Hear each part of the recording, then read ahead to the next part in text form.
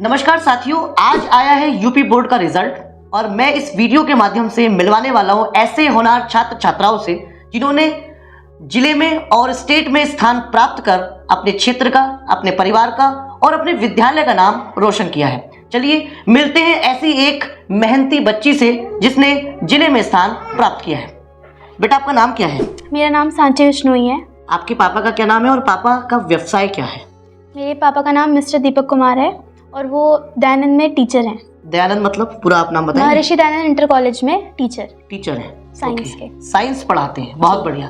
बेटा, आप किस विद्यालय की छात्रा हैं? मैं महर्षि दयानंद इंटर कॉलेज की छात्रा हूँ। बहुत बढ़िया। आपकी कौन सी रैंक आई है और आप किस क्लास में पढ़ती हैं? मैं क्लास 10th में पढ़ती हूँ और मेरा डिस्ट्रिक्ट मुरादाबाद में 4th रैंक आई है। बहुत बढ़िया बेटा, सबसे पहले आपको मेरी ओर से शुभकामनाएं। आपने जिले में 4th स्थान प्राप्त किया है। जैसा कि आपको पता है बच्चे, जब हमें सफलता मिलती है तो सफलता के सफर में बहुत सारी अड़चनें आती हैं, बहुत सारी परेशानियां आती हैं। तो सबसे पहले आपने अपने सफर के बारे में बताना है कि आप कितना समय पढ़ाई को देते थे। फिर आप उसके बाद बताएंगे कि आपको क्या क्या परेशानियां आपके सफर में आई। जी, पढ़ने के लिए तो सबसे पहले हम अपने स्कूल में ही जाते हैं। उसके बाद हमें जो एक्स्ट्रा टाइम मिलता है उसमें सबसे ज़्यादा तो सेल्फ स्टडी होती है जी। तो सेल्फ स्टडी करने के बाद ट्यूशन्स होते थे और टीचर्स का गाइडेंस होता था। फिर मेरे पापा, सबसे ज़्यादा तो उन्हीं का सपोर्ट है। बिल्कुल, इतना तो मैं नहीं जागी जितने मेरे एग्जाम्स में उन्होंने मेरी हेल्प करी है। बहुत बढ़िया। और बस यही है। और 10th क्लास तो क्लास ही ऐसी है कि इसमें डिस्ट्रैक्शंस तो मतलब अनगिनत ही आते हैं। बहुत बढ़िया।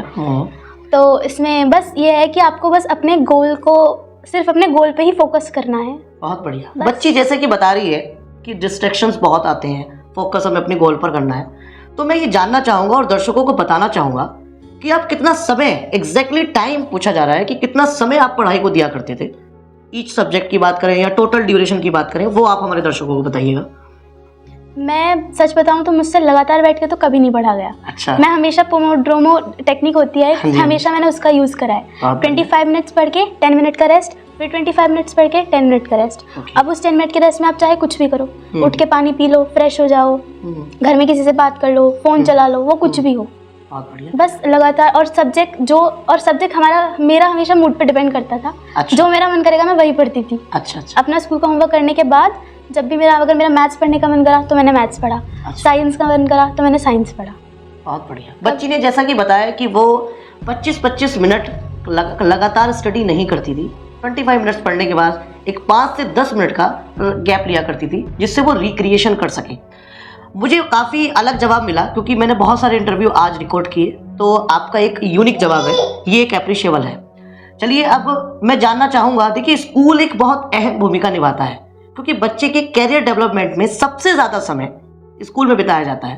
तो मैं जानना चाहूँगा कि स्कूल ने किस तरीके से आपको रैंक लाने के लिए प्रेरित किया और क्या स्पेशल वहाँ पर अटेंशन दिया गया जिससे आप रैंक ला पाए, ये हमारे दर्शकों को बताइए।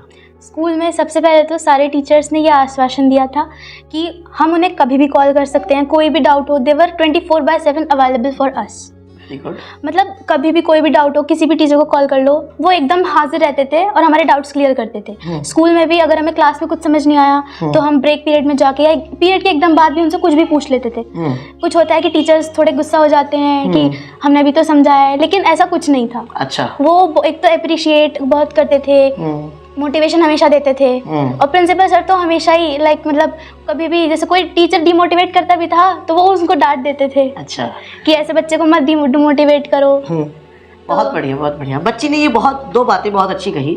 एक तो पहली बात उसका ये कहना है कि टीचर्स 24/7 अवेलेबल रहते थे। ये बहुत मुश्किल होता है, बहुत ही डिफिकल्ट टास्क है, ये बहुत अप्रिशिएबल है। दूसरी बात उन्होंने कही कि टीचर्स हमेशा बताने में कोई कोताही नहीं बरतते थे।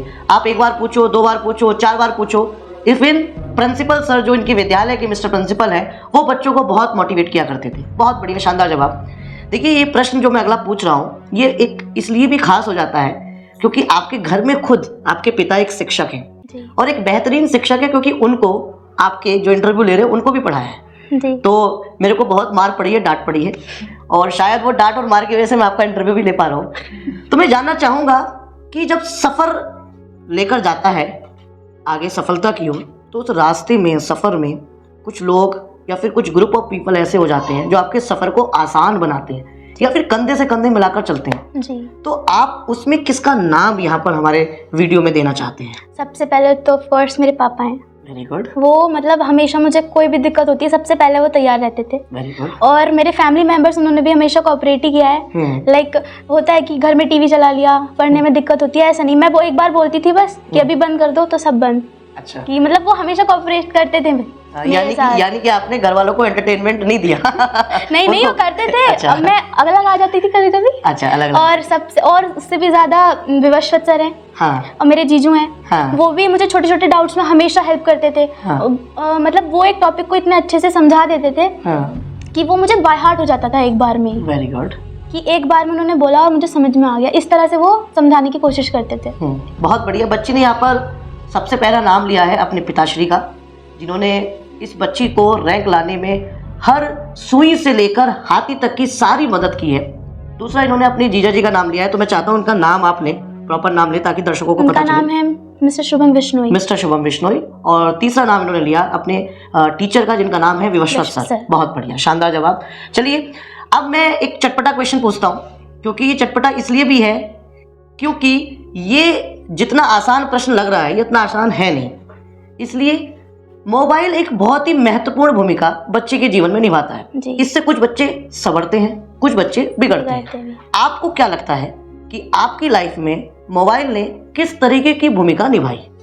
और आप, हाँ सेकंडली, ये बहुत इंपॉर्टेंट है, बच्चा जरूर पूछना चाहता है, कमेंट करता है कि आपने कितना मोबाइल यूज किया? जी बिल्कुल, मैं बताऊंगी सच तो मैंने मोबाइल का यूज भी किया है और मिसयूज भी किया है। अच्छा। लेकिन जब मेरा पढ़ने का टाइम होता था जी, तो बीच बीच में से मैंने बताया 10 मिनट्स का रेस्ट, उसमें अगर मन करा 5 मिनट के लिए फोन ले लिया। ये नहीं है कि घंटों घंटों तक लग गए, 1 घंटे लगातार फोन ही यूज करा फिर। तो वो तो वेस्टेज हो ना हमारे टाइम का। बिल्कुल सही बात है। तो ऐसे टाइम वेस्ट ना करके ये भी हो सकता है कि आप कोई डाउट हो तो उसमें देख लो फोन में। मतलब मिसयूज नहीं करा मैंने, ज्यादा यूज ही किया है मोस्टली। बहुत बढ़िया। बच्ची ने जवाब दिया है कि उसने मोबाइल का इस्तेमाल तो किया है, लेकिन उसने मिसयूज कम किया है और उसको यूज ज़्यादा किया है अपनी छोटी छोटी क्वेरीज को रिसॉल्व करने के लिए। वो क्वेरीज जो उसको घर बैठकर समझनी थी, टीचर की अवेलेबिलिटी नहीं थी, तब उसने मोबाइल का इस्तेमाल किया। दूसरा प्रश्न मेरा रह गया है, क्योंकि बच्चा पूछना चाहेगा आपने कितना समय यूज़ किया टोटल, दिन में आधा घंटा, 1 घंटा, ऐसे टोटल टाइम हमारे दर्शक जानना चाहेंगे। टोटल टाइम तो मेरे लिए मुश्किल ही होगा बताना। अच्छा, ऐसा इसका मतलब बहुत ज़्यादा है कि बहुत कम है? एवरेज है, ज़्यादा भी नहीं है, 1 घंटा मान सकते हैं। हाँ बिल्कुल ठीक है। बच्ची ने बताया 1 घंटा वो फोन का इस्तेमाल करती है। बेटा आपके लिए भी सीखने की बात ये है कि मोबाइल का इस्तेमाल आप सिर्फ मिसयूज में ना करके उसको यूजफुल में भी कर सकते हैं। आप पढ़ने की चीजें बहुत सारी देख सकते हैं। चलिए हम अगले क्वेश्चन की ओर बढ़ते हैं। देखिए ये मेरा क्वेश्चन है आपके कैरियर से रिगार्डिंग। चूंकि आप क्लास 10th में हैं, बहुत कम बच्चे चूज कर पाते हैं कि मुझे आगे इस फील्ड में सफल होना है, तो आप हमारे दर्शकों को बताइएगा कि बड़े होकर आपका क्या सपना है?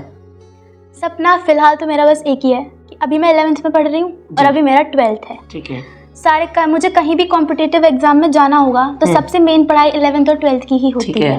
तो अभी मेरा मेन फोकस 11th और 12th ही है। एक्चुअली क्या है, उसमें ये क्वेश्चन थोड़ा सा मॉडिफिकेशन में मांगता है, क्योंकि एक साइंस साइड होती है, एक आर्ट साइड होती है और एक तीसरी होती है आपकी बायो डॉक्टर लाइन। तो आप किस लाइन में जाना प्रीफर करेंगे? मैं मैथ्स की तरफ। आप बच्ची का कहना है कि वो 11th को मैथ्स के साथ करना चाहती है। चलिए अब हम लास्ट क्वेश्चन पूछते हैं। ठीक है, लास्ट क्वेश्चन ये है कि आपसे कम उम्र के बच्चे भी इस वीडियो को देखेंगे और कहीं ना कहीं वो ना पढ़ने वाले भी आपसे प्रेरणा लेंगे। ठीक है, कुछ ऐसे होंगे जो बहुत कम पढ़ते होंगे, लेकिन आपकी वीडियोस देखकर वो बहुत अच्छे से मोटिवेट हो जाएंगे। तो आप उनको क्या संदेश देना चाहते हैं? मैं बस ये संदेश देना चाहूँगी कि सबसे पहले तो अपने पेरेंट्स की बात मान लेनी चाहिए। कि मतलब कभी कभी होता था कि हम नहीं मानते थे, वो बोलते थे कि फ़ोन मत चलाओ ज़्यादा, लेकिन फिर भी आप लगे रहते थे। तो ये तो नहीं करना है। ये मुझे भी मेरे 9th क्लास में मैंने सफ़र किया है इसकी वजह से। हालांकि मेरे मार्क्स ठीक आए थे, पर और बेहतर हो सकते थे अगर मैंने उनकी बात सुनी होती तो। कि ये है कि बहुत सारे डिस्ट्रैक्शंस आएंगे, सबसे ज़्यादा 10th क्लास में ही होते हैं कि इधर से उधर से। एक होती है बुरी हवा, संगति, बस उससे आपको अपनी ना जो ग्रुप है, ग्रुप ऑफ फ्रेंड्स, वो अच्छे चूज करने होंगे। उसमें आपको उसमें वाइस होना पड़ेगा। Very good. बच्ची ने एक बहुत ही शानदार जवाब दिया है। मैं शानदार इसलिए बोल रहा हूँ क्योंकि मैंने इतने सारे इंटरव्यू रिकॉर्ड किए, माता पिता का जिक्र संदेश में बहुत कम आया, पहली बार इन्होंने इस्तेमाल किया। इनका ये कहना है कि माता पिता जो भी सोचते हैं वो आपकी भलाई के लिए सोचते हैं, और आप इनकी उम्र के बच्चे शायद माता पिता के डिसीजंस को फॉलो कम करते हैं। उनको ऐसा लगता है कि नहीं, आप तो हमें मोबाइल से दूर कर रहे हैं, आप तो हमें इस काम से दूर कर रहे हो, आप चाहते ही नहीं कि अच्छा सोचें, अच्छा कर पाए। तो मेरा भी यही संदेश इनके संदेश के साथ मर्ज होता है कि आप माता पिता का कहना जरूर मानें। जैसी वो गाइडेंस आपको देने की कोशिश कर रहे हैं, उस गाइडेंस को एटलीस्ट सुनकर समझकर फॉलो तो करके देखें। इन्होंने फॉलो किया तो 9th से 10th में जब ये आई, इन्होंने फॉलो करने के बाद आज आप देखिएगा ये इंटरव्यू में मेरे साथ बैठी हैं और जिले में स्थान प्राप्त किया है। ऐसी और वीडियोस को हम लाते रहेंगे। मेरी तरफ से, कांट क्षेत्र की तरफ से आपको, आपके परिवार को, आपके विद्यालय को बहुत बहुत शुभकामनाएं। आपका आगे का जीवन भी बहुत सफल रहेगा, ऐसी हम कामना करते हैं। धन्यवाद।